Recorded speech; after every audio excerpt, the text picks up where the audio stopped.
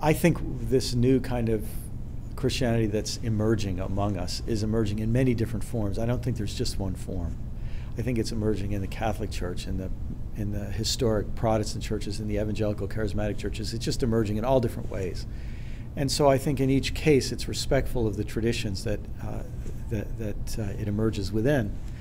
And so in some settings, certain kinds of preaching are quite, there's a tradition, and I think the preaching new forms will emerge within that tradition. So, but I do think there are certain things that are commonalities across these traditions. One of them is that we had an assumption in the modern and pre-modern world that the preacher started with authority, whether it was a collar or a stole or a few letters before or after his name. The preacher always started with authority. And I think now we're in a setting where there's a high level of suspicion toward religious leaders, whether it's because of scandals in the Catholic Church or the Protestant Church. There's a lot of suspicion. So you can't start with the assumption that a position or title or collar or whatever gives you authority. In every preaching experience, you have to earn the right to be heard.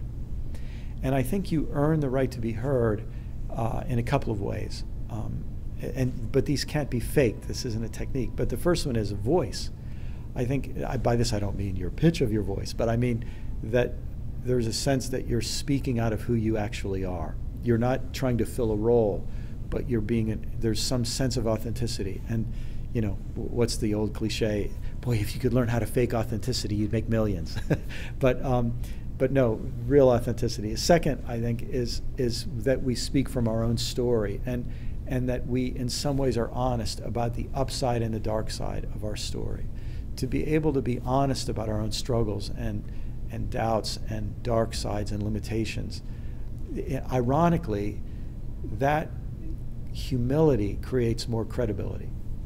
And then I think thirdly is I think we increase credibility and a sense of we earn authority when we make it clear that the end of our sermon is not the end of the communication process, but that from here we're going to be listening, and that the preacher might speak a monologue for 15 or 30 minutes every Sunday, but that monologue is one part of an ongoing conversation in which the preacher actually listens.